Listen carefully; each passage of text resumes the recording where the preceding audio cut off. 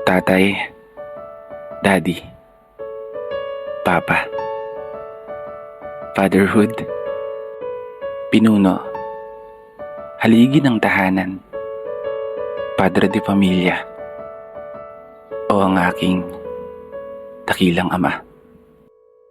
Ngayong araw na to, hayaan niyo po sana akong alayan ka ng isang munting tula na ituring yung pasasalamat para sa lahat ng hirap at sakripisyo na inyong ginawa. Para sa amin. Para sa pamilya na pinakamamahal mo. Ikaw muna ang bida sa araw na to, Pa. Kaya sana magustuhan mo. Walang iyakan, ha? Ready ka na? Alam mo ba yung pinakalubos na pinagmamalaki ko sa buhay ko? Yun yung naging ama kita. Naging tatay kita. At ikaw ang naging dahilan kung bakit nagawa kong mapagmasdan ang mundo na kay ganda.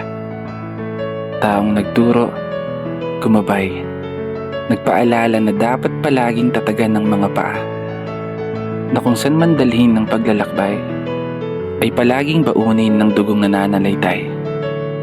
Tapang na iyong binigay, mga aral na ipinasa sa aking mga kamay, mga payo na kung anumang pagsubok ang dumating, wag na wag kang bibigay. Wag na wag kang magpapatalo. Hanggang sa maabot mo ang tagumpay.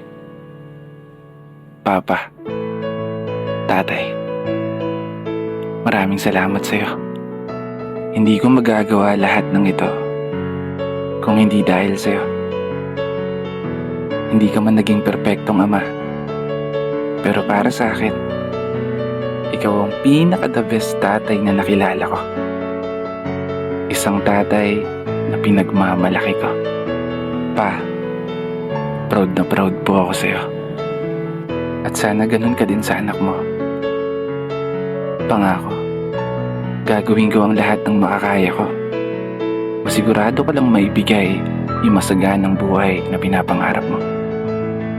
Hindi ko man ito madalas sabihin, pero sobrang mahal na mahal kita. Wala akong ibang hangad kundi ang makita kayong masaya. Maraming salamat sa lahat, ha. Happy Father's Day, Pa. Dito na nagtatapos. Kaya isang pagpupugay para sa lahat ng mga tatay na patuloy sumasabay sa hamon ng buhay. Ako nga po pala si Brother Matt, at ito ang aking munting tula. Sana po nagustuhan niyo. Happy Father's Day po sa lahat ng tatay sa buong mundo.